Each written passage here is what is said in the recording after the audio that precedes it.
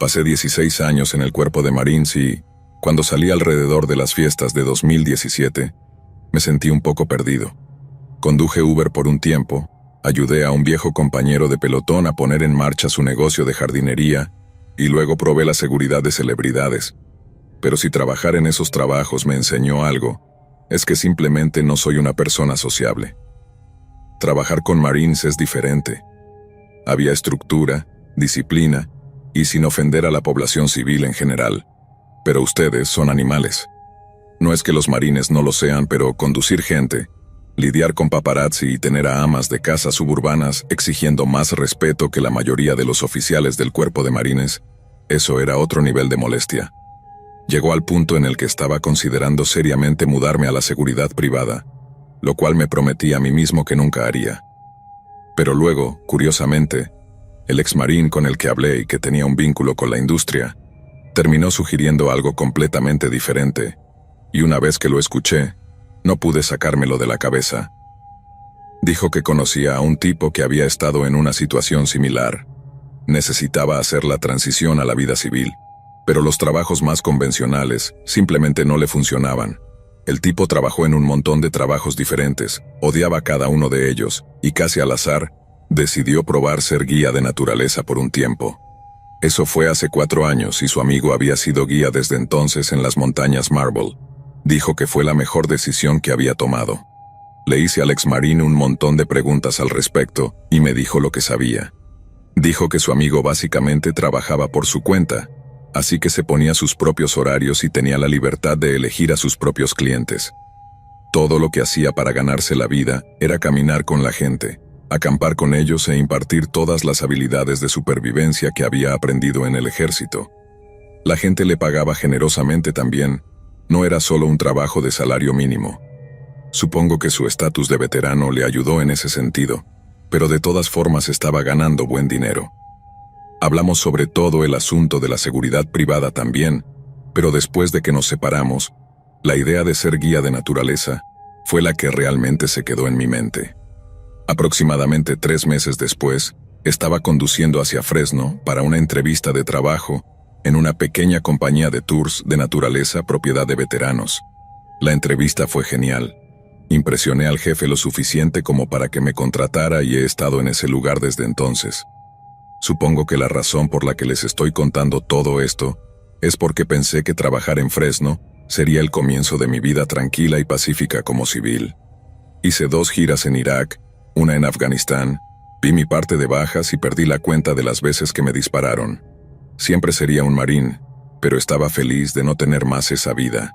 No quería la violencia, la locura ni el peligro, pero al tomar un trabajo en particular en esta compañía de guías de naturaleza, de alguna manera terminé teniendo un encuentro con algo mucho más extraño y mucho más aterrador que cualquier cosa que haya encontrado en el cuerpo de Marines. Todo comenzó cuando mi jefe recibió una llamada de un excursionista solitario al que llamaremos Chuck. Chuck no era el nombre del tipo, pero por una serie de razones, los locos de Internet siendo una de ellas, voy a cambiar los nombres de algunas personas y lugares para proteger a los afectados. Chuck quería contratar a un guía de naturaleza para llevarlo a una cierta colina en uno de los bosques al este de Fresno. Quería caminar hasta allí, acampar una noche y luego regresar por donde vino. La ruta más fácil al lugar era de unos 29,5 kilómetros fuera de la carretera, y como Chuck no era un excursionista experimentado, pensé que podríamos hacer alrededor de 14,5 kilómetros el primer día, luego acampar, y luego caminar las otras 14,5 kilómetros al día siguiente, antes de llegar al lugar donde realmente quería acampar. Chuck estaba en sus 30s, delgado, y no era la persona más atlética. Así que cuando nos conocimos por primera vez para explicarle el recorrido que habíamos planeado para él, supe que había tomado la decisión correcta de tomármelo con calma. Estaríamos fuera por 3 noches. Proporcionaríamos todo lo que necesitara en términos de comida, agua y equipo. Todo lo que necesitaba hacer era presentarse con ropa adecuada, y nos encargaríamos de todo lo demás. Esa primera reunión fue una tarde de martes, y fue importante porque si cualquiera de nosotros decidía que no nos sentíamos cómodos guiando a alguien en la naturaleza, la caminata no se llevaría a cabo. Nunca llevamos a alguien que creímos que podría ser un peligro para sí mismo mientras estábamos en la naturaleza, no solo porque temíamos demandas, sino porque es completamente irresponsable. Pero cuando Chuck se presentó en la pequeña oficina en el centro comercial donde operábamos, parecía estar bien. Prestó atención durante la presentación, respetó el hecho de que yo tenía la última palabra cuando se trataba de mantenerlo seguro, y fue educado y bien hablado mientras aceptaba nuestros otros términos también. No hubo una sola señal de advertencia que nos diera una indicación de lo que podría suceder o lo que podría hacer. Así que esa mañana de viernes, me encontré con Chuck en la oficina y condujimos juntos hacia nuestro punto de partida en mi camioneta. Partimos justo después de las 6:30 de la mañana, así que ninguno de los dos estaba de humor para hablar en el camino hacia el parque, pero después de empezar la caminata, comenzamos a hablar un poco. Chuck preguntó sobre mi tiempo en el cuerpo de Marines y le conté una o dos historias, PG-13 por supuesto, para no asustarlo ni nada. Después de eso le pregunté a qué se dedicaba Chuck y me dijo que era un tipo de profesor, no del tipo que enseña, sino del tipo que investiga en una universidad. Me dijo que se especializaba en física, pero sería condenado si pudiera decirte exactamente de qué hablaba. Algo como teoría de algo, y de hecho me reí en voz alta cuando me preguntó si había oído hablar de eso o no. No pensaba que lo había hecho, pero lo preguntó de todos modos. Luego me dio una pequeña explicación de las cosas que investigaba. Nuevamente, no puedo decir que alguna vez podría recordar nada de eso. Todo sonaba como galimatías para mí, pero puedes decir que era un tipo seriamente inteligente y que el trabajo que hacía era bastante importante. No mucho después, llegamos al punto de por qué quería ir a esa colina en particular y para facilitar las cosas, la llamaremos Montaña Beartooth. Generalmente no preguntábamos exactamente por qué la gente quería visitar esta o aquella montaña, porque la respuesta normalmente era una variación de escuchamos que tiene buenas vistas. Beartooth no era diferente. Tenía vistas increíbles y era definitivamente mucho más fácil de llegar que la mayoría de las otras cumbres. Pero supongo que me encontré curioso si tenía algún tipo de significado más profundo para él. Siento que Chuck fue abierto y honesto conmigo hasta que llegamos a ese punto de la conversación, porque por primera vez sentí que su respuesta era un poco evasiva. Dijo que un tío solía llevarlo a acampar por esa zona cuando era niño. En la superficie, eso sonaba como una razón suficientemente buena, pero si fuera yo y quisiera llevar a mi sobrino a algún lugar para acampar y presentarle el gran exterior, la montaña Beartooth es tan aislada y un sendero tan difícil que es casi uno de los últimos lugares que pensaría en llevarlo.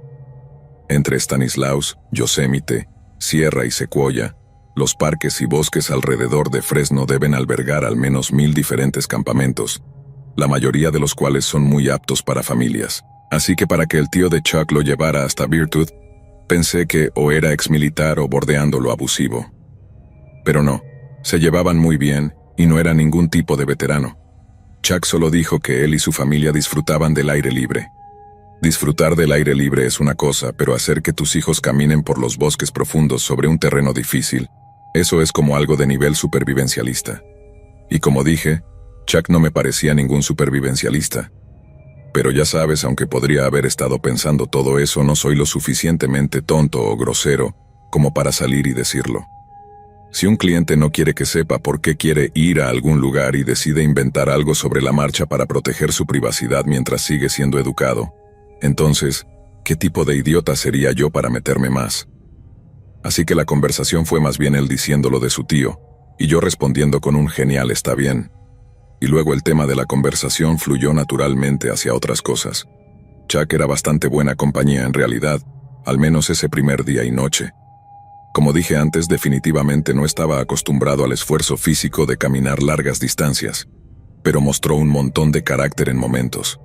No tenía ninguna duda de que llegaríamos a nuestro objetivo de 14,5 kilómetros al final del día, y cuando lo hicimos, él estaba tan cansado que podría haberse quedado dormido de pie y estaba roncando a las 9:30, lo que me pareció bien.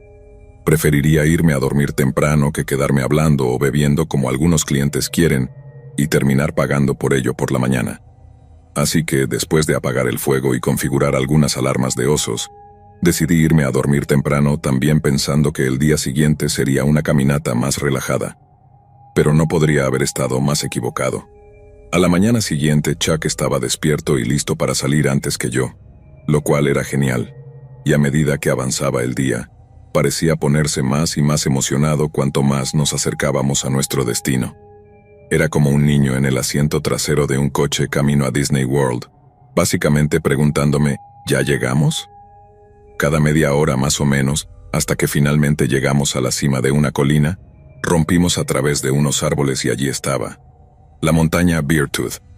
Como dije, he cambiado algunos nombres aquí para ahorrarte problemas, pero Beartooth realmente parecía un gran diente de oso. Solo esta impresionante montaña con una cumbre rocosa y curvada. Es bastante común que los clientes se emocionen al llegar a su destino, y si la historia de Chuck era cierta, entonces entiendo por qué estaba emocionado de reunirse con un lugar que tenía toda clase de nostalgia para él. Pero para mí no se comportaba así. Era más como una cosa religiosa, como me imagino que una persona actuaría si viera algo sagrado. Siento que si fuera yo, habría hecho un poco de reminiscencia vocal o algo así, ya sabes, como recuerdo esta vez que el tío Bob dijo X, o esto me recuerda cuando el tío Bob hizo Y. Pero durante todo ese tiempo Chuck nunca mencionó ningún tipo de memoria o historia de su infancia. Estaba tan curioso en ese momento que incluso le pregunté si le venían a la mente algunos viajes memorables, o si tenía algún recuerdo preciado o algo así. No de una manera confrontacional, solo, ya sabes, haciendo conversación. Me dio algunas respuestas vagas como, supongo que simplemente se siente bien estar de vuelta. Pero para entonces ya podía decir que algo estaba un poco raro. No tan raro como para querer darme la vuelta ni nada. Como dije antes, un cliente tiene derecho a su privacidad, ya sabes. Solo esperaba que las cosas no se pusieran más raras. Pero vaya que sí lo hicieron.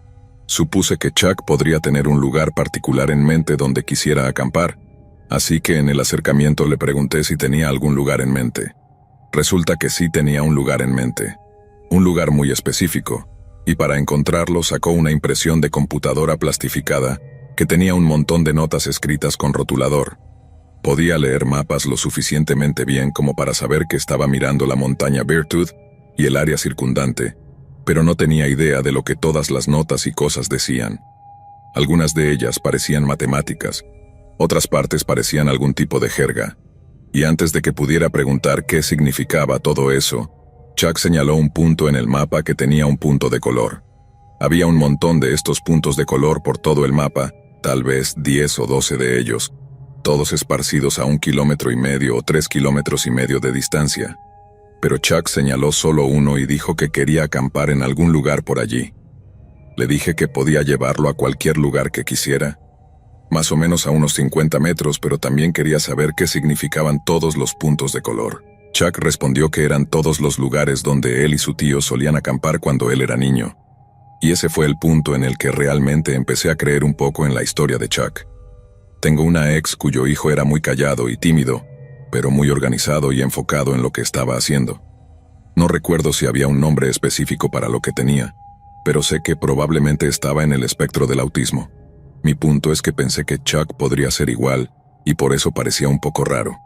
Pero nuevamente estaba allí en una capacidad profesional, así que para que me pagaran, solo tenía que llevarlo a Beartooth y sacarlo de nuevo. Si no estaba afectando nuestra seguridad, entonces realmente no me importaba. Así que llevo a Chuck al campamento que quería y, después de estudiar su mapa un poco para asegurarse de que estábamos en el lugar correcto, instalamos nuestras tiendas de campaña, hicimos una fogata y luego preparamos la cena. Una vez que supo que estábamos en el lugar correcto, lo que sea que eso significara, Chuck pareció calmarse un poco, pero a diferencia de la primera noche, cuando se durmió casi inmediatamente después de la cena, aún estaba despierto al atardecer cuando yo ya estaba empezando a sentir sueño. Simplemente hablamos hasta entonces, y no de nada en particular tampoco, solo esto y aquello. Y como dije, parecía relajado de nuevo. Nada de lo que hizo o dijo me dio motivos para preocuparme. Me sentí como un nuevo padrastro o algo diciéndole que no se quedara despierto hasta tarde, pero dijo que quería disfrutar del cielo nocturno un poco y que no estaría demasiado cansado al amanecer. Dije que estaba bien, me metí en mi tienda de campaña y luego me fui a dormir. Un par de horas después, me desperté al escuchar el sonido de una tienda de campaña abriéndose. Recuerdo haberme sentado solo para asegurarme de que no era mi propia tienda la que se estaba abriendo, y luego me di cuenta de que el ruido debía haber venido de la tienda de Chuck. Ahora, no puedo enfatizar lo común que es que los tipos se despierten en medio de la noche y necesiten ir al baño. Así que el 99% de las veces escuchar una tienda abriéndose después de la oscuridad no es motivo de preocupación. Pero de todos modos, llamé a Chuck para ver si todo estaba bien, y respondió que estaba bien antes de decir, «Gracias, hombre». Sé que esto puede sonar un poco cursi o lo que sea, pero la forma en que lo dijo sonó muy sincera, ya sabes, como si realmente apreciara que lo cuidara así. Estaba medio dormido en ese momento, así que solo le dije, «No hay problema, amigo». Y luego volví a dormir pensando que no era nada más que lo que parecía. Hoy en día, creo que me estaba agradeciendo por mucho más. A la mañana siguiente, me desperté, me puse las botas y luego la primera cosa que siempre hago cada mañana cuando estoy en un viaje como ese es revisar al cliente. Nunca meto la cabeza en su tienda ni nada, y no desabrocho su tienda si está cerrada. Solo me quedo afuera tratando de despertarlo suavemente. Llamo el nombre de Chuck una vez, 2 veces, luego 3 veces, y nada se mueve dentro de la tienda. En ese momento, empiezo a preocuparme de que Chuck haya tenido alguna emergencia médica, así que me arrodillo, desabrocho su tienda y abro la solapa para encontrarla vacía. Sigo tratando de racionalizar las cosas, así que supongo que Chuck ha salido a dar un paseo o algo. No veo ninguna bota, así que supongo que las está usando y que está fuera haciendo sus necesidades matutinas o algo así. Así que salgo a buscar a Chuck, teniendo que hablarme mentalmente para no entrar en pánico. Doy una vuelta alrededor del campamento llamando su nombre, pero Chuck no aparece por ninguna parte.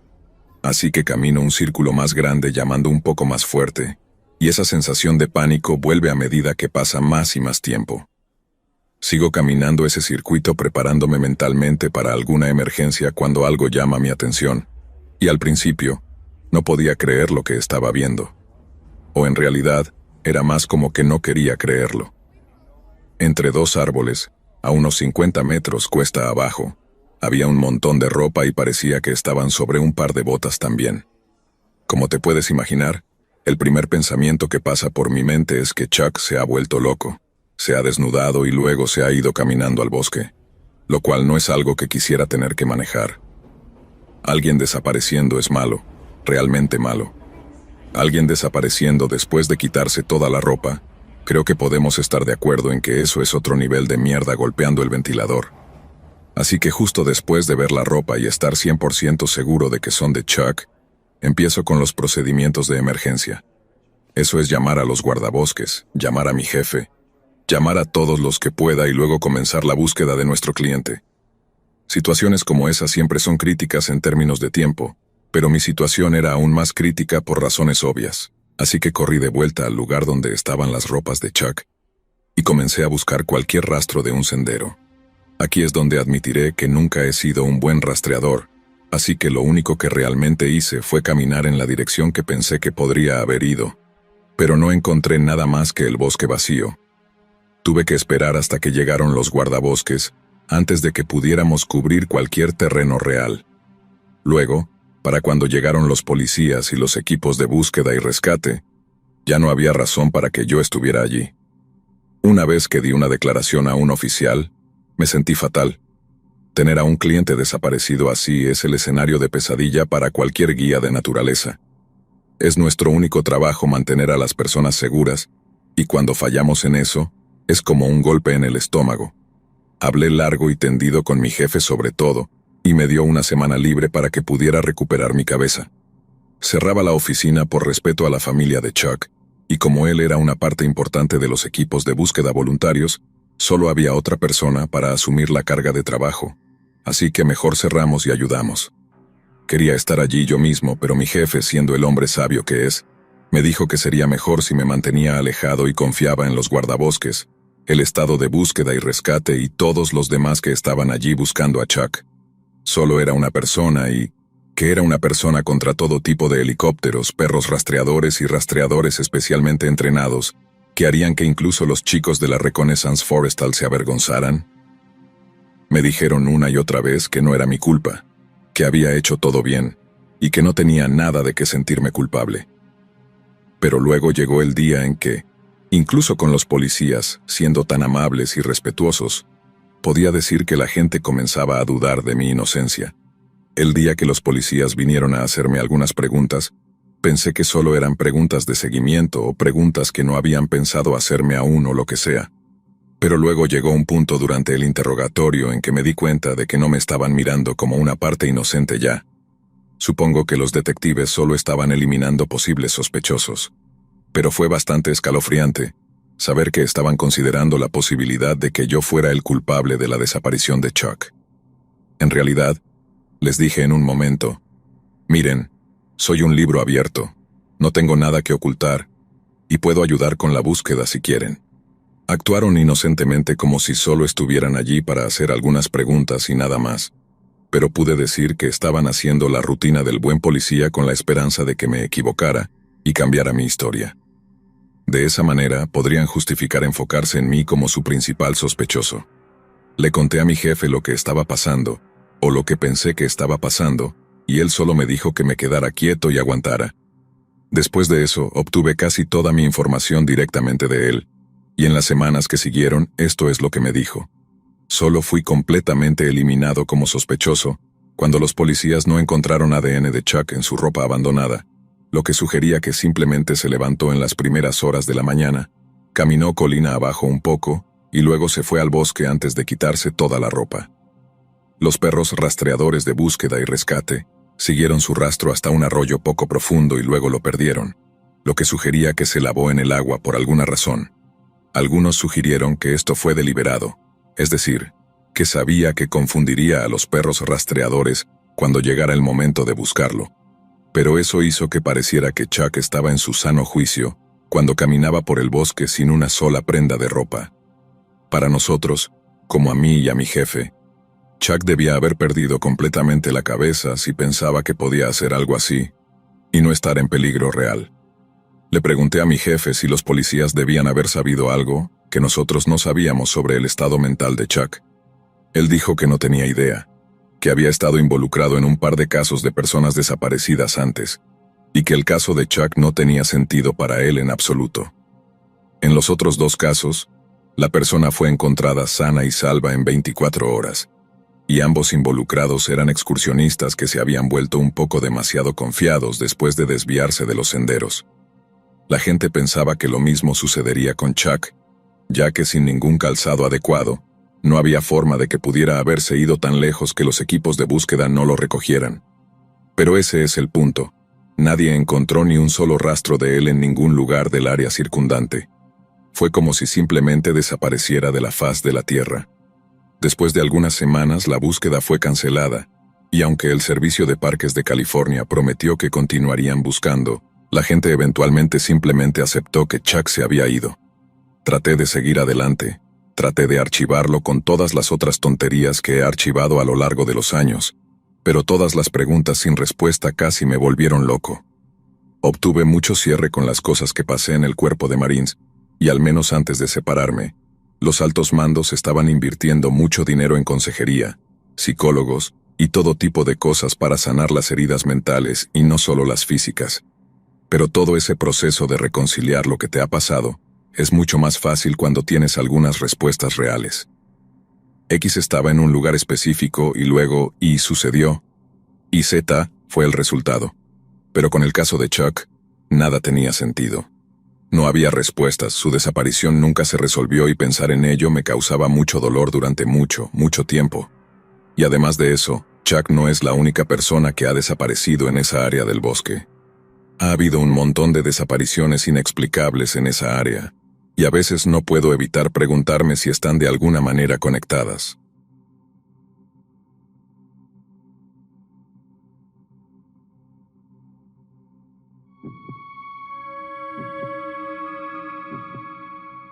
Durante mucho tiempo mi mejor amiga desde la infancia estuvo obsesionada con el norte de la Columbia Británica, en Canadá.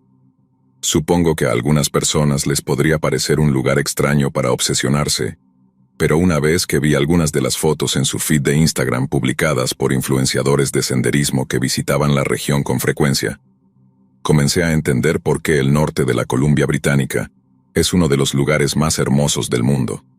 Aunque Lana, mi mejor amiga, no era una excursionista activa ni nada por el estilo, se enamoró del lugar. Decía que uno de sus sueños era visitar el Parque Provincial Atlan, y todo por una montaña que llamaban la Catedral. Justo debajo del pico hay una franja de tierra plana con un pequeño lago que se vuelve de un azul intenso en verano, y Lana estaba totalmente obsesionada con él. Tuvo una foto de ese lugar como fondo de pantalla en su teléfono durante meses, y cuando finalmente la cambió fue por otra foto de la catedral. El colmo fue cuando empezó a decir cosas como: «Me da rabia no poder visitarlo nunca, no tengo con quién ir».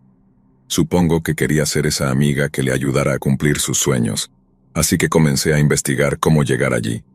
Descubrí que podíamos tomar un hidroavión a un lugar llamado Peggy's Island, y desde allí, una empresa de turismo salvaje podía llevarnos hasta las faldas de la catedral en bote. Después de eso solo se trataba de escalar las laderas de la catedral, que aparentemente no eran tan empinadas, y ahí estaríamos, en el lugar favorito de mi mejor amiga en el mundo, un lugar que pensaba que nunca vería. Pensé que si planeaba todo en secreto, le decía que esperara unas vacaciones de fin de semana en Cancún alrededor de la fecha de su 29º cumpleaños, y luego lo llevaba a cabo, sería la mejor amiga en la historia de las amigas. Me llevó mucho a ahorrar y planificar, pero finalmente pude darle la sorpresa. Durante meses, le estuve diciendo que íbamos a México por unos días al sol. Así me aseguraba de que tuviera un pasaporte válido sin alertarla de mi verdadero plan.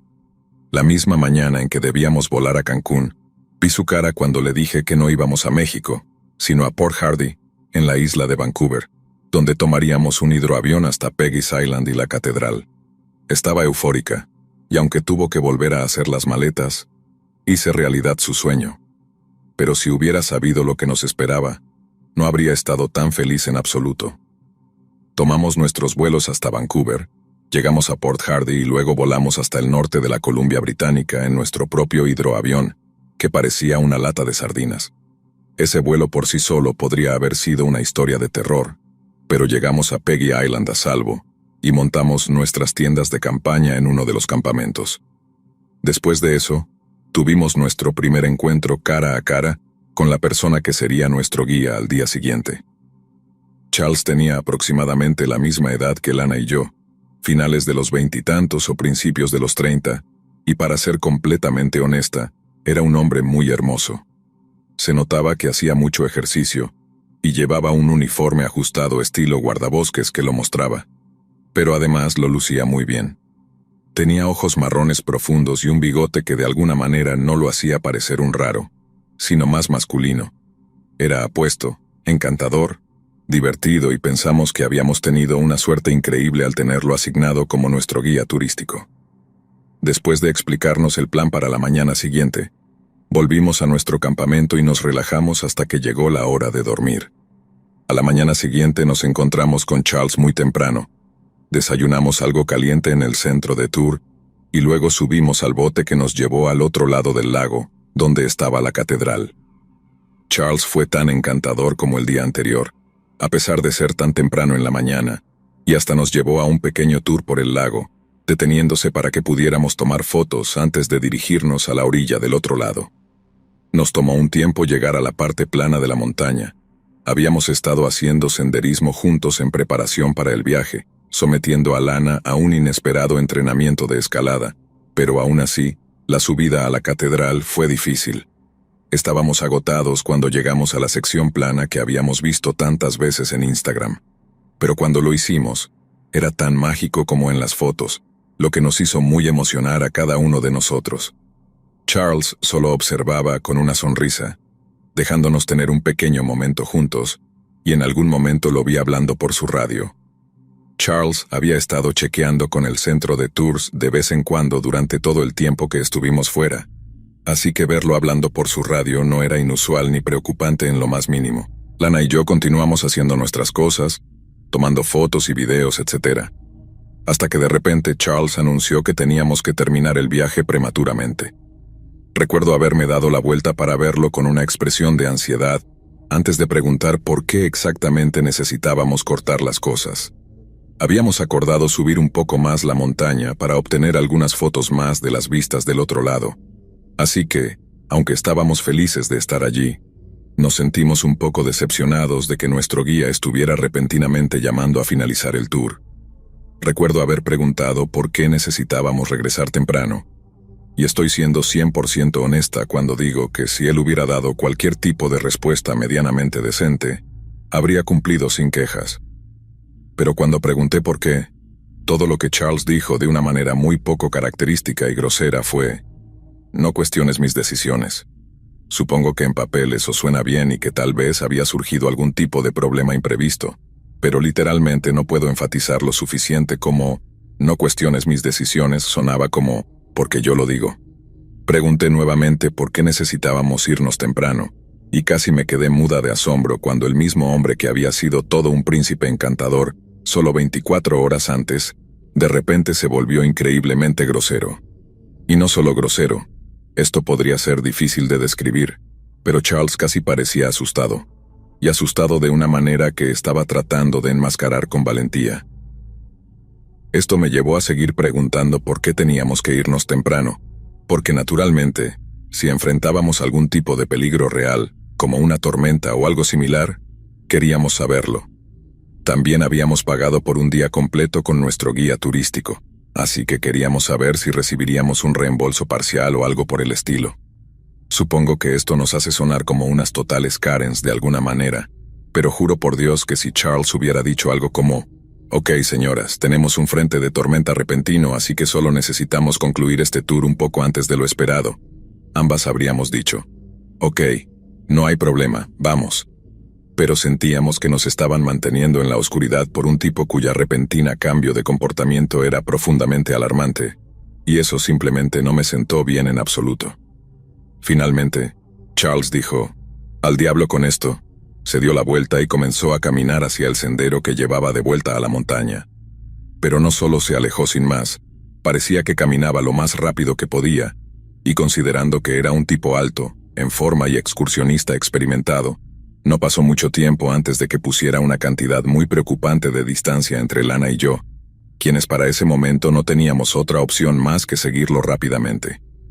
Seguimos gritando su nombre, rogándole que esperara para que pudiéramos alcanzarlo, pero no se detuvo, no se dio la vuelta, solo siguió bajando la montaña, poniendo más y más distancia entre nosotros a medida que pasaba el tiempo. Llegó al punto en que Lana y yo pensamos que nos iba a dejar atrás, y todo lo que teníamos con nosotros eran nuestras mochilas con un poco de agua, algunos bocadillos y algo de material impermeable. No teníamos mapas, brújula, nada que nos indicara exactamente dónde estábamos o en qué dirección íbamos, así que si Charles realmente nos dejaba allí solos, estaríamos en un montón de problemas. Fue Lana quien sugirió por primera vez que él podría dejarnos allí y marcharse en el bote, y cuando lo hizo, ambas entramos en pánico total. Comenzamos a gritar con todas nuestras fuerzas para que Charles esperara y no nos dejara atrás, y finalmente se detuvo, pero no se detuvo simplemente en el sendero, y tampoco comenzó a caminar de regreso hacia nosotros, solo comenzó a caminar de un lado a otro y a hablar solo.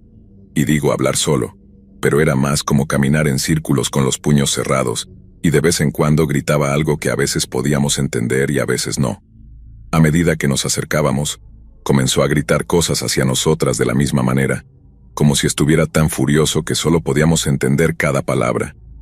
Logré captar cosas como: siempre tienen que hacer las cosas a su manera, y nunca piensan en nadie más, pero el resto eran gritos incomprensibles. Supongo que el instinto se activó en mí porque comencé a disculparme con Charles una y otra vez, porque para entonces habría hecho casi cualquier cosa para calmarlo y que pudiéramos irnos en paz. Lana también comenzó a disculparse, pero no parecía funcionar. Seguía caminando en círculos y gritando sobre cómo necesitábamos escucharlo, cómo nadie le escuchaba nunca, y cómo se suponía que debía actuar cuando nadie le escuchaba.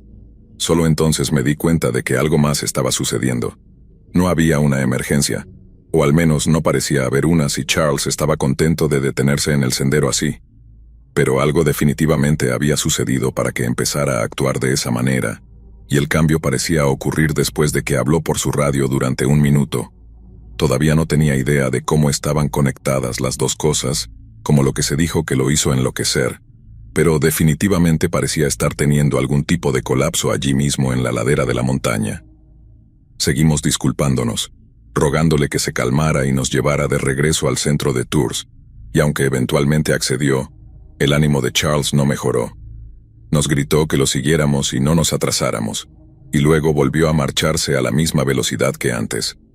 Afortunadamente estábamos mucho más cerca de donde estaba el bote estacionado, así que no nos retrasamos demasiado y logramos llegar a la orilla justo cuando estaba arrancando el bote.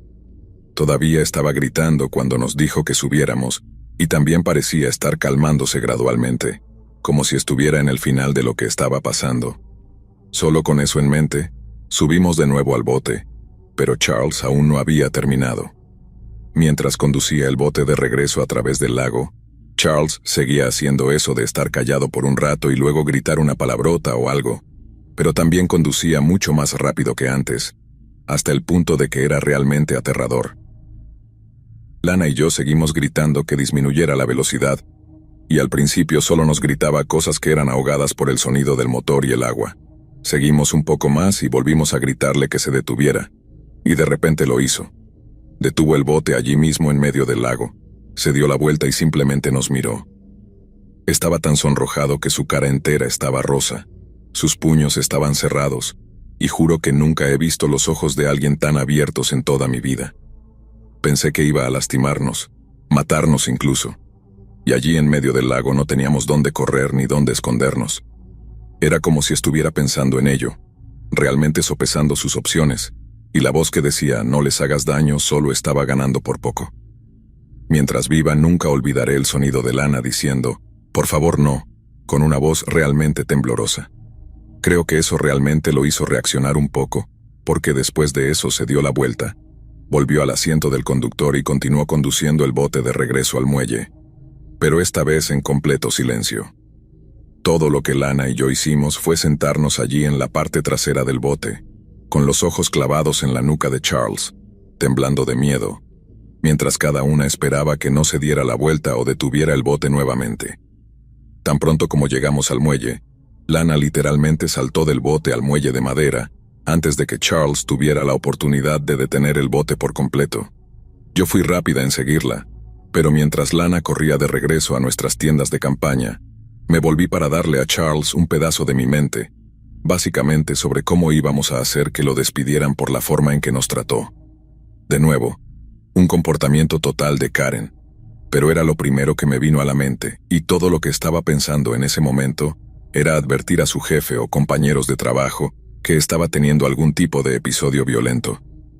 Supongo que me sentía valiente porque estábamos de nuevo en tierra firme, pero cuando Charles subió al muelle, seguí regañándolo, lo cual admito, no fue la mejor idea de todas, porque después de encontrar su equilibrio caminó hacia mí, envolvió una mano alrededor de mi cuello y comenzó a apretarlo.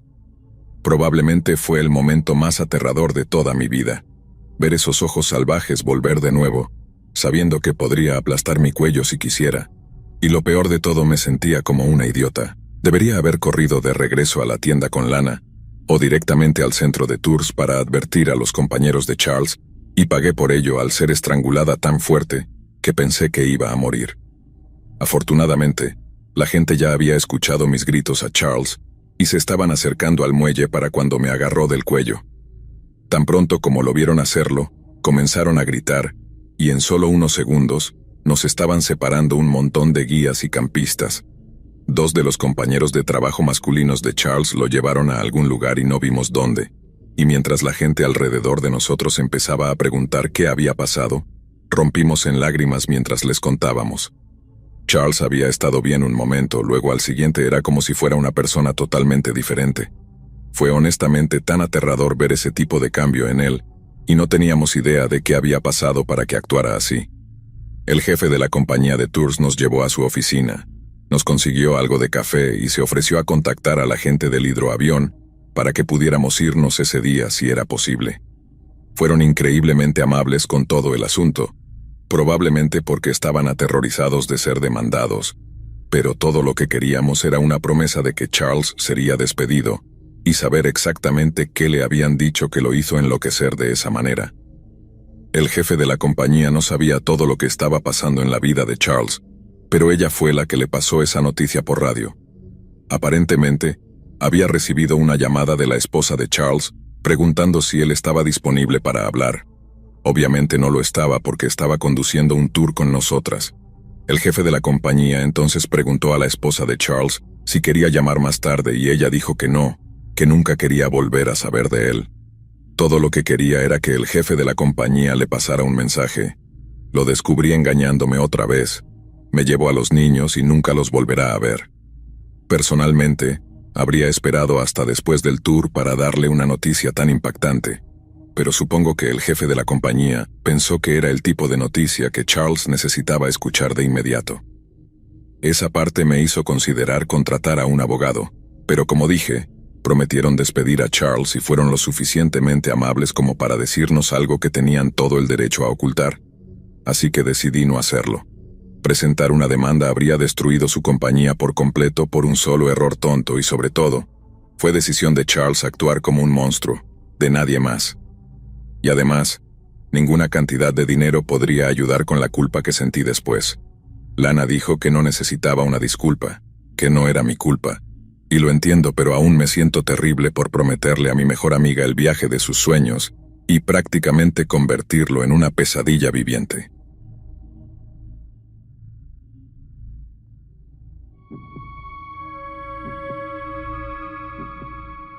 El 21 de enero de 1842, James y Esther Packer dieron la bienvenida al primero de sus 3 hijos al mundo.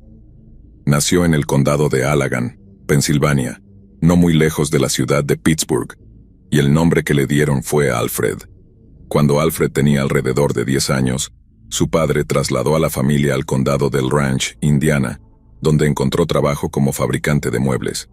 A Alfred le costó adaptarse a la repentina reubicación, luchó por encontrar amigos entre los niños locales y desarrolló una profunda melancolía como resultado. Las relaciones familiares se volvieron tensas y durante su 16º o 17º año, Alfred se fue de casa en medio de la noche, dejando una nota que decía, «Nunca volveré». Cabalgó hasta Minnesota y trabajó como zapatero durante unos años, pero en abril de 1861, la erupción de una ardiente guerra civil cambiaría para siempre el destino de Alfred. Se enlistó en el ejército de la Unión durante abril del año siguiente y fue asignado a la compañía F del regimiento número 16 de infantería, pero finalmente fue dado de baja después de solo 2 años de servicio tras un diagnóstico de epilepsia. Alfred luego viajó hacia el oeste con la esperanza de encontrar su fortuna y desempeñó una variedad de trabajos como cazador, peón de rancho y conductor de carretas. Sin embargo, dondequiera que iba, Alfred resultaba profundamente impopular entre sus compañeros de trabajo, supuestamente debido a su personalidad argumentativa, su tendencia patológica a mentir y su reputación de ladrón. Pero para cuando Alfred llegó al territorio de Utah, había descubierto una profesión rentable que se adecuaba a su desprecio tanto por la autoridad como por la disciplina, la de guía en la naturaleza. Durante miles de años, ciertas personas se han especializado en guiar a viajeros incautos a través de vastas y peligrosas extensiones de terreno, y tales personas fueron mencionadas frecuentemente durante los primeros capítulos de la historia estadounidense. Por ejemplo, la expedición de Lewis y Clark en 1804 a través del oeste de Estados Unidos dependió en gran medida del conocimiento de una mujer Shoshone llamada Sacagawea, y personajes como Jim Bridger y Kit Carson se hicieron famosos comerciando con su conocimiento de la frontera occidental, una generación después. Los migrantes que buscaban escapar de las secuelas de la guerra civil descubrieron que los guías expertos en la naturaleza eran esenciales para sobrevivir al viaje hacia el oeste. Y como resultado, un guía competente podía esperar ganar grandes sumas de dinero. A Alfred le gustaba la idea de convertirse en un guía autónomo en la naturaleza, pero en verdad era un navegante peligrosamente inepto. Llamó la atención de muchos clientes insatisfechos y fue responsable de que al menos 2 trenes de vagones cargados hasta el tope se perdieran en su camino a Oregón. Era ignorante, odioso e incompetente, pero la demanda de guías en la naturaleza era tan alta que, a pesar de su reputación, continuaba encontrando trabajo remunerado. Uno de esos grupos de posibles empleadores estaba encabezado por un hombre llamado Robert McGrew, quien tenía la intención de buscar oro cerca de un lugar llamado Bryn Ridge, Colorado, en el invierno de 1873. El grupo consistía en 20 hombres cuyo viaje los llevaría desde Salt Lake City, Utah, hasta las montañas de San Juan, a unos 300 kilómetros al sureste. Sería un viaje peligroso y los hombres necesitaban desesperadamente un guía competente. Así que una vez que llegaron a Provo, un hombre llamado George T.R. fue enviado a encontrar uno. Regresó con un buscador de oro de 23 años que resultó conocer la ruta a Colorado como la palma de su mano, pero este prospector no era otro que Alfred Packer. Packer no tenía 23 años. En realidad tenía 31 en noviembre de 1873, y como se mencionó anteriormente, era implacable en su fabricación de mentiras. Aunque Packer tenía un pequeño grado de experiencia en minería, no era un prospector, ni había estado nunca en las montañas de San Juan, pero al percibir la desesperación del grupo de McGrew, vio una oportunidad de sacar provecho. Packer les dijo que, por el precio de $25, alrededor de $700 en dinero de hoy, podía llevarlos al país del oro al sur del territorio de Colorado. El grupo aceptó y luego se pusieron en marcha. Casi de inmediato, la incompetencia de Packer se hizo dolorosamente obvia para McGrew y sus compañeros. Aquellos que llegaron a Colorado más tarde dijeron que Packer fue sorprendido robando raciones a otros viajeros no una, sino 2 veces. Pero como parecía que sus servicios eran indispensables, se le mostró misericordia en cada ocasión. El lento progreso del grupo también significó que, para cuando alcanzaron las secciones más peligrosas de su ruta, fueron azotados por el clima invernal severo. La nieve pesada ocultaba el camino por delante, obligando al grupo a depender casi completamente de su brújula para orientarse, y debido a la inexperiencia de Packer, no pasó mucho tiempo antes de que se perdieran por completo. Cuando se les acabaron las raciones, los hombres comieron pienso para caballos. Cuando se les acabó el pienso para caballos, se comieron a sus caballos. Pero en la tercera semana de enero de 1874, el grupo se encontró con una isla de salvación en forma de un campamento de nativos americanos. El jefe Uray, también conocido como el amigo del hombre blanco, estableció su campamento de invierno en el valle de Uncom, cerca de la moderna de Monroe. Era famoso por su generosidad hacia los viajeros necesitados, y proporcionó al grupo de McGrew alimentos y alojamiento para que pudieran recuperar sus fuerzas para el viaje que les esperaba. Sin embargo, el jefe Uray recomendó encarecidamente que el grupo pospusiera su expedición hasta la primavera, ya que probablemente encontrarían peligrosos climas invernales al llegar a las montañas de San Juan. Los nativos sabían que emprender tal viaje sería arriesgar la muerte segura, y el jefe Uray ofreció refugiar al grupo hasta principios de primavera, momento en el cual podrían continuar su aventura con relativa seguridad. El grupo de 20 se reunió para discutir sus opciones, pero 11 de ellos se negaron a aceptar la oferta del jefe. En su opinión, retrasar su expedición hasta la primavera permitiría que otros prospectores menos adversos al riesgo llegaran primero. Retrasar su viaje y perderían la mayor parte del oro. Unos días después de su llegada al campamento del jefe Uray, Robert McGrew se acercó a él con su decisión final. 11 de ellos continuarían hacia la agencia india de los Peños, que era el puesto más cercano al campamento, y desde allí seguirían hacia Bryn Ridge. El jefe Uray afirmó que respetaba el coraje del grupo, y les proporcionó alimentos para su viaje, así como direcciones seguras para evitar las montañas. Sin embargo, apenas unas horas después de su partida, Alfred Packer anunció que tenía una idea mejor. En lugar de evitar las montañas a través del territorio indio, Packer propuso que el grupo tomara una ruta mucho más directa a través de las montañas. Obviamente, la mayoría del grupo entendió que Packer era un navegante incompetente, pero en este punto parece que su deseo de enriquecerse superaba cualquier tipo de sentido común. 5 del grupo continuaron por la ruta más segura, pero 6 otros, incluido Packer, decidieron arriesgarse a los pasos nevados de las montañas de San Juan. Aparte de Packer, el grupo consistía en Shannon Wilson Bell, James Humphrey, Frank Butcher Miller, George California Nunn e Israel Swan. McGrew y algunos de sus leales acompañaron al grupo de Packer en su partida inicial, pero una vez que la nieve se hizo demasiado profunda para los caballos cargados, descargaron los suministros de Packer y regresaron al campamento del jefe Uray. Packer y su grupo continuaron a lo largo del río Gunnison y comenzaron a escalar los senderos más altos que llevaban a las montañas, pero esto, como muchos han razonado, Fue una completa locura. Los hombres tenían menos de 2 semanas de raciones, sin raquetas de nieve, sin pedernal para encender un fuego y llevaban ropa completamente inadecuada para el intenso invierno de Colorado. Finalmente, el 16 de abril de 1874, un solitario individuo salió tambaleándose del bosque cerca de la moderna ciudad de Saguache, Colorado. Mientras desayunaban, un grupo de miembros de la tribu Ute vio al hombre cojeando hacia ellos. Llevaba consigo un rifle, un cuchillo, una cafetera de acero y una mochila. Cuando salieron a su encuentro, encontraron a un hombre al borde de la inanición total. Era Alfred Packer, quien de alguna manera había sobrevivido al viaje a través de las montañas. Los hombres lo sentaron a la mesa y le dieron algo de comer, pero al intentar masticar y tragar, Packer vomitó de inmediato. Los miembros de la tribu temían que Packer estuviera enfermo con alguna enfermedad infecciosa, pero él les aseguró que su condición era resultado de una prolongada inanición y que no representaba ningún peligro. Los miembros de la tribu luego le preguntaron a Packer qué había sucedido para llevarlo a la inanición, y esto fue lo que les contó. Packer explicó que había sido contratado por 5 prospectores para guiarlos a Breckenridge, pero durante el transcurso del viaje comenzó a sufrir un terrible ataque de ceguera por la nieve y comenzó a quedarse atrás. Packer afirmó que cuando quedó claro que no podía continuar, sus empleadores lo abandonaron, dejándole solo un rifle, algunas balas y 2 latas de conservas.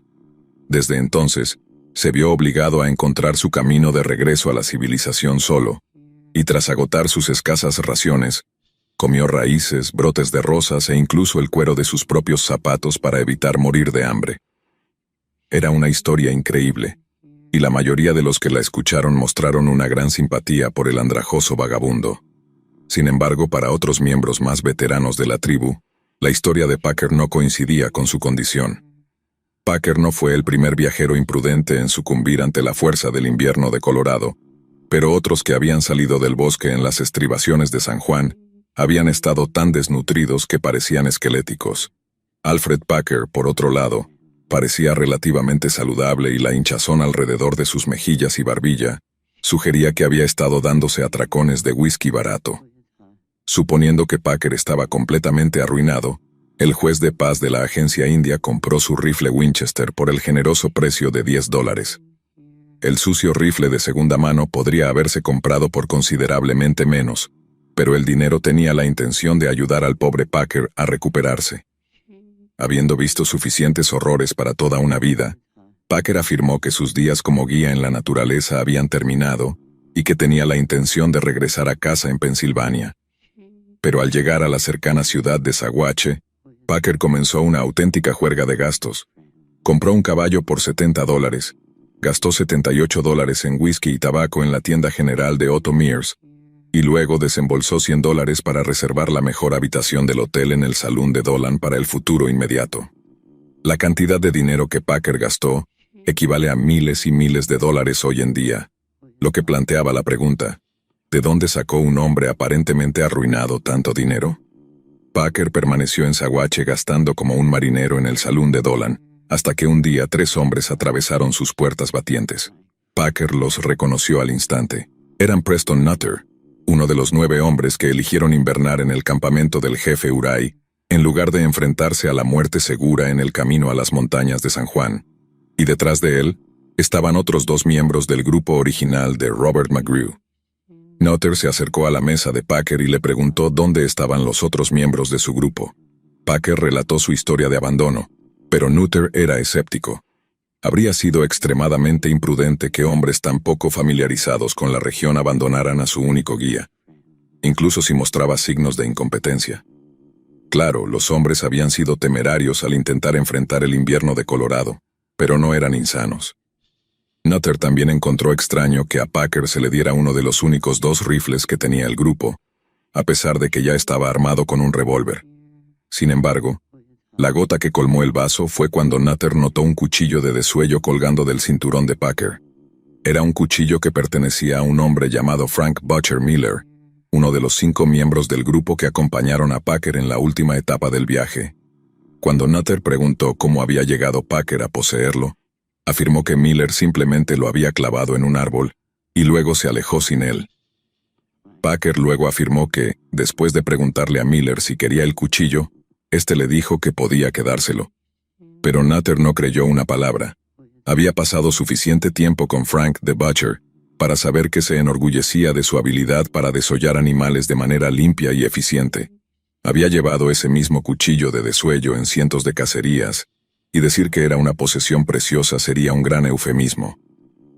Nutter sabía que algo andaba mal, terriblemente mal, y ante las obvias mentiras de Packer, se enfureció. Se dice que se abalanzó sobre Packer exigiendo que dijera la verdad, y como visiblemente era el agresor, fue expulsado del salón de Dolan y se le prohibió la entrada hasta el final de la semana. Mientras tanto, de regreso en Colorado, el grupo de 5 hombres que continuaron hacia las montañas en lugar de invernar con el jefe Urey, llegó a la agencia india de Los Peños. Fueron recibidos por el administrador de la agencia, el general Charles Adams, quien les dijo que ya había conocido a un hombre llamado Packer que afirmaba haber sido abandonado por sus compañeros de viaje. Oliver L. Heiser, quien encabezaba el grupo de 5 hombres que no incluía a Packer, afirmó que eso era imposible. Los buscadores de oro con los que Packer había viajado eran buenos hombres, decentes, que nunca habrían abandonado a uno de los suyos, sin importar cuán cargante fuera. Sospechando algún tipo de juego sucio y sabiendo que Packer era un mentiroso compulsivo, L.S. Heiser convenció al general Adams de arrestar a Packer, pero el general mismo eligió un curso de acción mucho más astuto. Adams envió un trío de soldados a buscar a Alfred Packer, pero después de encontrarlo en Saguache no simplemente lo esposaron. El soldado principal inicialmente consoló a Packer por sus recientes tribulaciones, y lo elogió por las habilidades de supervivencia que debió haber empleado para descender de las montañas con vida. Packer estaba acostumbrado a tal trato para ese momento, y lo aceptó agradecido. Luego, el soldado le informó a Packer que deseaban contratarlo a una tarifa muy generosa para ayudar a recuperar a los miembros desaparecidos de su grupo. Packer pareció renuente al principio, pero tras recordarle que probar su inocencia ante las autoridades era una opción mucho mejor que los habitantes del pueblo asumieran su culpabilidad, aceptó unirse al grupo de búsqueda. Cuando llegó de nuevo a la agencia, Packer fue llevado inmediatamente ante el general Adams, quien permitió que el grupo de L.S. Heiser presenciara su interrogatorio. Adams exigió una explicación por las historias contradictorias, pero un indignado Packer repitió su afirmación de que había sido abandonado mientras estaba ciego por la nieve, y expresó una profunda sorpresa al enterarse de que sus compañeros de viaje estaban desaparecidos. Adams luego lo cuestionó sobre sus hábitos de gasto en Saguache, pero Packer se defendió afirmando que el dinero era un préstamo de un ciudadano compasivo. Al escuchar esto, el general Adams envió otro grupo de jinetes a Saguache, quienes descubrieron que no solo Packer no había recibido ningún préstamo, sino que había sido visto con varias billeteras diferentes durante su estancia en el pueblo. Tras el regreso de los jinetes y la confirmación de que Packer estaba mintiendo, el general Adams y el grupo de L.S. Heiser comenzaron a discutir qué hacer. Sin embargo, mientras debatían, la llegada de 2 miembros de la tribu Ute provocó un alboroto en el campamento. Los 2 miembros de la tribu habían estado cazando a solo unos pocos kilómetros de la agencia india, y al llegar a la cima de una colina, encontraron tiras de carne humana seca que yacían sobre una roca. Cerca estaba el mismo sendero que Alfred Packer había utilizado durante su marcha de supervivencia. Al enfrentarse a las tiras de carne, Packer pareció derrumbarse por completo y comenzó a suplicar misericordia al general Adams. Luego prometió hacer una confesión completa y sincera. Después de afirmar que no sería la primera vez que las personas se veían obligadas a comerse unas a otras cuando estaban hambrientas, Packer afirmó que después de que su grupo se quedó sin comida, comenzaron, y cito, a mirarse unos a otros de una manera muy inquietante. Unos días después de este horrible examen, Packer afirmó que salió del campamento para recolectar leña seca, y regresó para encontrar a 4 de sus compañeros de viaje de pie alrededor del cuerpo sin vida del quinto, Israel Swan, que se decía que era el más viejo de los 5 hombres.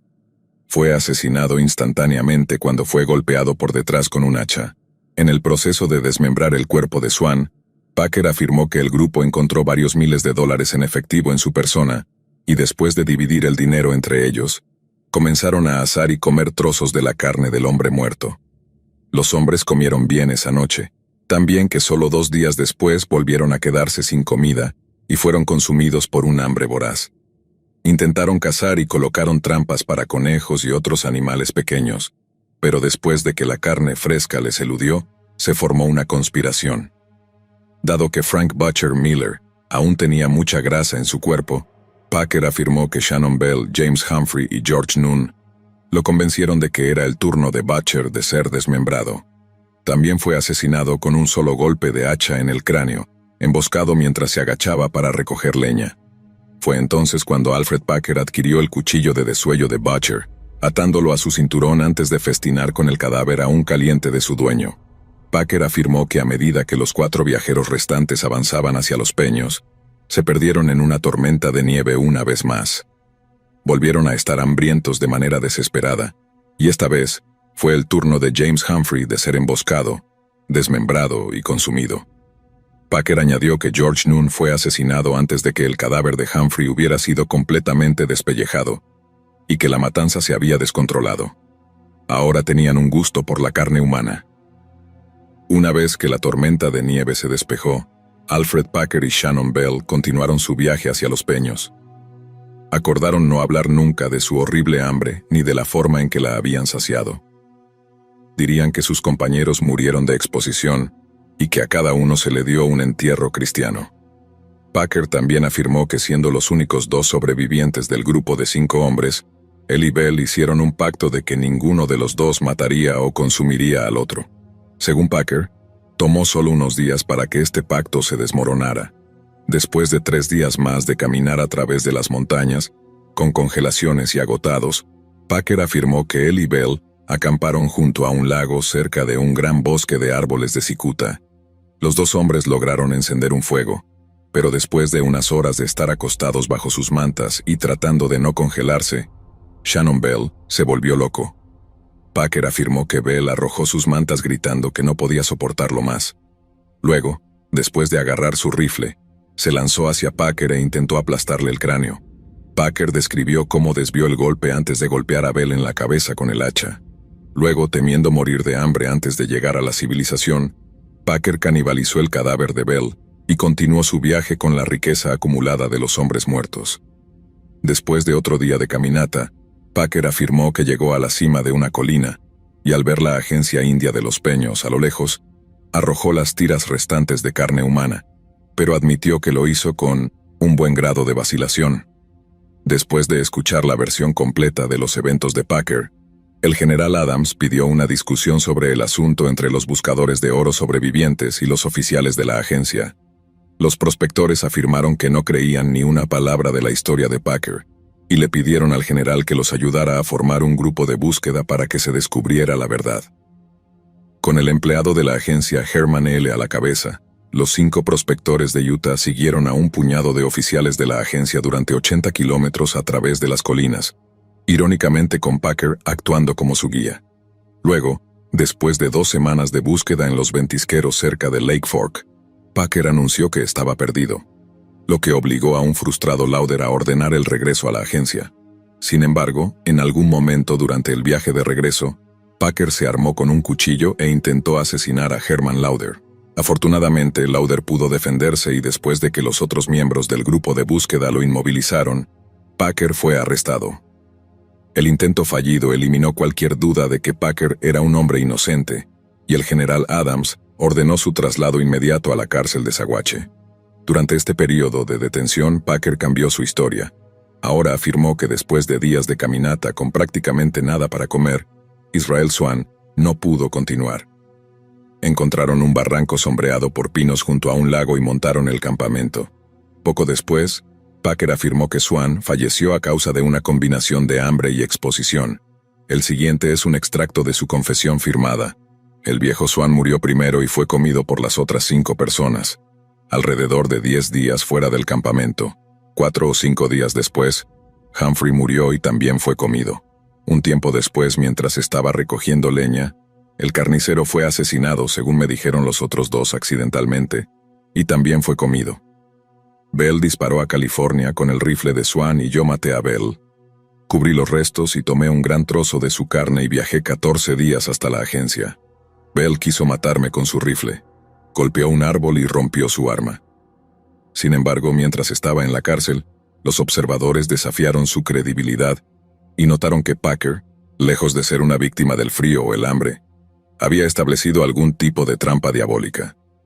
Finalmente, en agosto de 1874, un ilustrador de Harper's Weekly estaba haciendo senderismo cerca de un lugar conocido como Slamgullion Pass, a solo 3,5 kilómetros al sureste de Lake City, Colorado. Al ver un barranco sombreado por pinos rodeado de árboles de cicuta, John A. Randolph creyó haber encontrado un lugar perfecto para descansar, pero al acercarse hizo un descubrimiento horripilante.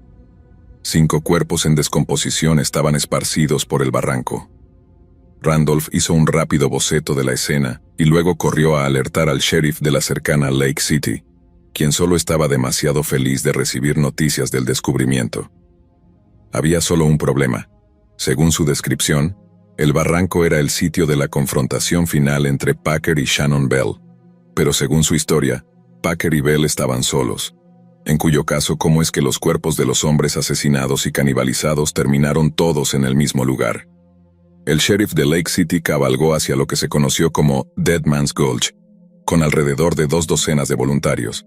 La escena que encontraron era material de pesadillas. Un diputado señaló que, y cito, parecía como si una violencia extrema hubiera recaído sobre los hombres.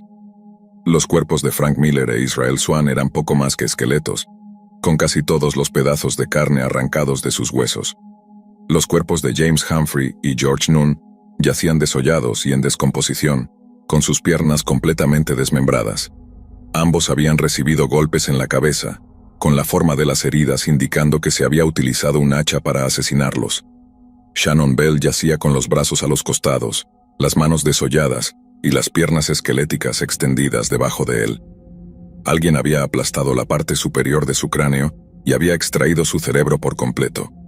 No se había hecho ningún intento por consumir la médula ósea, ni se habían consumido los órganos de los hombres.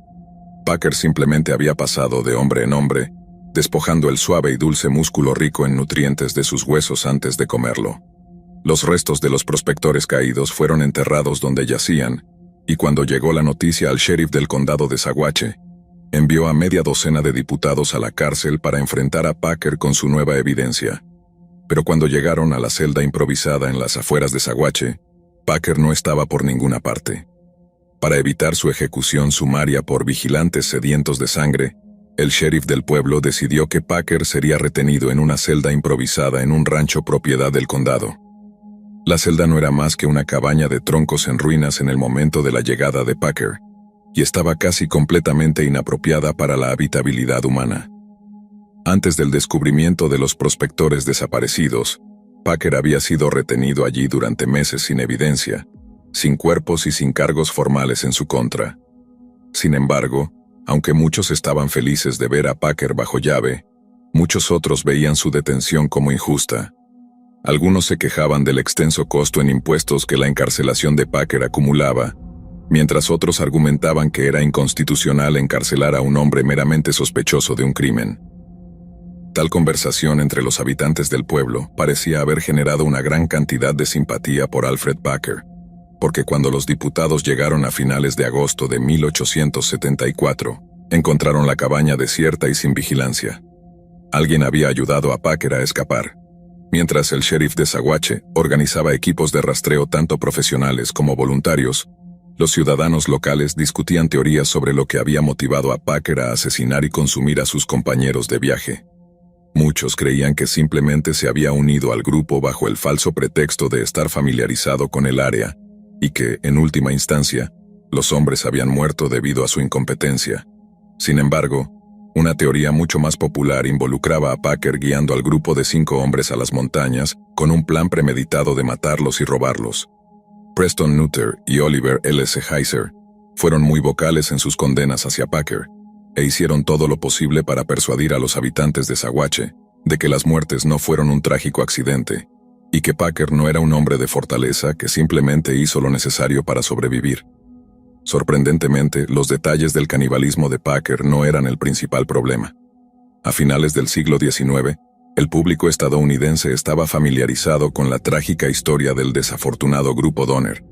Retrasados por una multitud de contratiempos, los Donner pasaron el invierno de 1846, atrapados por la nieve en la Sierra Nevada. Algunos de los migrantes recurrieron al canibalismo para sobrevivir, principalmente comiendo los cuerpos de aquellos que habían sucumbido a la inanición, la enfermedad o el frío extremo. Pero en un caso, 2 guías nativos americanos fueron deliberadamente asesinados con este propósito. La noticia de tales horrores se difundió rápidamente entre la población estadounidense, pero después de una larga discusión nacional, muchos expresaron una gran simpatía por los Donner. Aunque muchos argumentaron que ellos mismos no habrían cometido asesinato, muy pocos podían afirmar categóricamente que no habrían recurrido al canibalismo si se encontraran en las mismas circunstancias desesperadas. Por lo tanto, en el caso de Alfred Packer, la pregunta más pertinente era: ¿murieron sus compañeros como resultado de su incompetencia, o fue la codicia el factor motivador? A principios de la primavera de 1883, Packer había estado huyendo durante casi 9 años. A pesar de ser una de las personas más infames en los Estados Unidos, no hubo ni un solo avistamiento reportado de él durante casi una década. Todo eso cambió cuando un hombre llamado Frenchy Casson llegó a la capital del estado de Wyoming, Cheyenne. Frenchy era un vendedor ambulante que viajaba de pueblo en pueblo ofreciendo sus productos desde la parte trasera de un carro. Pero Frenchy también era uno de los miembros originales del grupo de prospectores de Robert McGrew, que invernaron en el campamento del jefe Uray durante el invierno de 1874. El carro de Frenchy llegó a Cheyenne a principios de marzo de 1883 y, el domingo 11, él y varios otros comerciantes se instalaron a lo largo de la calle principal para hacer negocios con los habitantes locales. Frenchy atendió a docenas de clientes esa mañana, muchos de los cuales regresaban de la iglesia. Pero cuando un hombre se acercó a su carro para revisar sus productos, Frenchy encontró su rostro curiosamente familiar. ¿No te conozco?, preguntó Frenchy. El extraño le devolvió la mirada revelando unos ojos azules penetrantes que Frenchy estaba seguro de haber visto antes. «No, señor», respondió el hombre. «¿Cuál es tu nombre?», preguntó Frenchy, estudiando la barba oscura y la melena hasta los hombros del hombre, que estaba empapada en brillantina. «John Schwartze», respondió el hombre, claramente irritado por las incesantes preguntas de Frenchy. Frenchy se disculpó, alegando que había confundido al extraño con un viejo conocido. Sin embargo, en verdad no había ninguna confusión. Frenchy Casson estaba bastante seguro de la identidad del extraño, y tras concluir su negocio, Frenchy corrió a la oficina del sheriff local y les pidió que enviaran un mensaje al general Charles Adams de la Agencia India de los Peños. Un fugitivo peligroso estaba presente en Cheyenne, uno que había sido buscado por asesinato durante los últimos 9 años, y su nombre era Alfred Packer. El general Adams y un puñado de oficiales de la agencia cabalgaron día y noche hasta llegar a Cheyenne. Luego, tras confirmar su identidad, Packer fue llevado a Denver en tren el 16 de marzo de 1883. Packer explicó que solo había escapado de Saguache debido a su temor a la justicia vigilante inminente, y expresó su deseo de dar una segunda versión mucho más veraz de cómo sobrevivió a su prueba en las montañas de San Juan. En lugar de afirmar que los hombres fueron gradualmente consumidos a medida que morían uno por uno, Packer ahora afirmó que Bell había matado a los demás después de ordenarle que recogiera leña. Packer partió por la mañana y regresó por la tarde. Según la segunda de sus confesiones firmadas, esto es lo que encontró. Encontré a Bell, quien actuaba como un loco por la mañana, sentado cerca del fuego asando un trozo de carne que había cortado de la pierna de Miller. Su cráneo estaba aplastado con el hacha. Los otros 3 yacían cerca del fuego. Tenían cortes en la frente con el hacha, algunos con 2 o 3 cortes. Me acerqué al fuego y cuando Bell me vio, se levantó con su hacha y se lanzó hacia mí cuando le disparé de lado en el vientre. Cayó de bruces. Agarré el hacha y lo golpeé en la parte superior de la cabeza. Packer afirmó que luego dejó caer el revólver en un parche de nieve profunda y lo perdió de vista. Después de eso, construyó un refugio improvisado con troncos sueltos, y luego se acurrucó para esperar una tormenta intensa. Afirmó que pasaron días, su hambre creciendo cada vez más intensa hasta que finalmente no pudo soportarlo más. Intentó alejarse todos los días, pero no pudo, dijo Packer. Así que viví de la carne de estos hombres durante casi 60 días. El general Adams luego preguntó a Packer por qué no había dicho la verdad durante su primera confesión. Estaba excitado, supuestamente respondió Packer. Quería decir algo y la historia que conté fue la primera que me vino a la mente. Finalmente, el 6 de abril de 1883, Packer se declaró no culpable al inicio de su juicio en Lake City, Colorado. La acusación afirmó que la única explicación lógica para las acciones de Packer era que los asesinatos fueron premeditados, mientras que la defensa argumentó que no era un asesino y que el canibalismo fue esencial para su supervivencia. Después de 7 días de testimonios y exámenes, fue declarado culpable de asesinato premeditado y sentenciado a muerte por ahorcamiento. Packer finalmente se libró de la pena de muerte debido a una tecnicidad legal. Puede que haya engañado a la muerte una segunda vez, pero aún era legalmente culpable por las muertes de sus compañeros de viaje. Se celebró un segundo juicio en Gunnison, Colorado, en junio de 1886. Esta vez, Packer fue declarado culpable de 5 cargos de homicidio voluntario y sentenciado a 40 años de prisión. En ese momento, los 40 años de prisión de Packer constituían la sentencia de custodia más larga jamás impuesta en los Estados Unidos, y sorprendió al público estadounidense. Se le animó a presentar múltiples apelaciones y envió cartas a periódicos nacionales afirmando que había sido, y cito, condenado injustamente por un sistema judicial injusto y antipático, y por las conclusiones e interpretaciones ignorantes de personas de mente estrecha. Finalmente, el 8 de febrero de 1901, Packer fue puesto en libertad condicional después de cumplir 18 años de su sentencia de 40 años, y al ser liberado, expresó una enorme gratitud hacia una mujer llamada Polly Pry. Polly Pry era el seudónimo de Leonel O'Brien, una ambiciosa joven reportera del Denver Post. Al enterarse del servicio militar de Packer, utilizó su plataforma para presentarlo como un valiente exsoldado, cuyo único crimen fue verse atrapado en lo que ella llamó una situación lamentable. Lo describió como una víctima de las circunstancias que hizo lo que tenía que hacer para sobrevivir, pero que había sido crucificado por violar las sensibilidades civilizadas al tener que recurrir al canibalismo. Las columnas que dedicó a Packer impulsaron el lanzamiento de una petición, una que llegó al escritorio del gobernador de Colorado, Charles Thomas. Thomas fue inicialmente reacio a involucrarse en la situación, pero después de meses de presión, uno de sus últimos actos como gobernador fue otorgar la libertad condicional a Alfred Packer con la condición de que no intentara sacar provecho de su historia. 6 años después de su liberación, el 23 de abril de 1907, Alfred Packer falleció en el condado de Jefferson, Colorado, a los 65 años. Algunos citan la causa de su muerte como demencia, otros culpan a un derrame cerebral, y aunque circularon rumores de que se volvió vegetariano antes de morir, muchos informaron que Packer vivió de manera modesta y caritativa durante sus últimos años. Enterrado en Littleton, Colorado, la tumba de Packer está marcada con una lápida de veterano que enumera su regimiento original de 1862, pero aunque pueda descansar en una tumba de soldado, su reputación siempre será la de un charlatán, un asesino y un caníbal.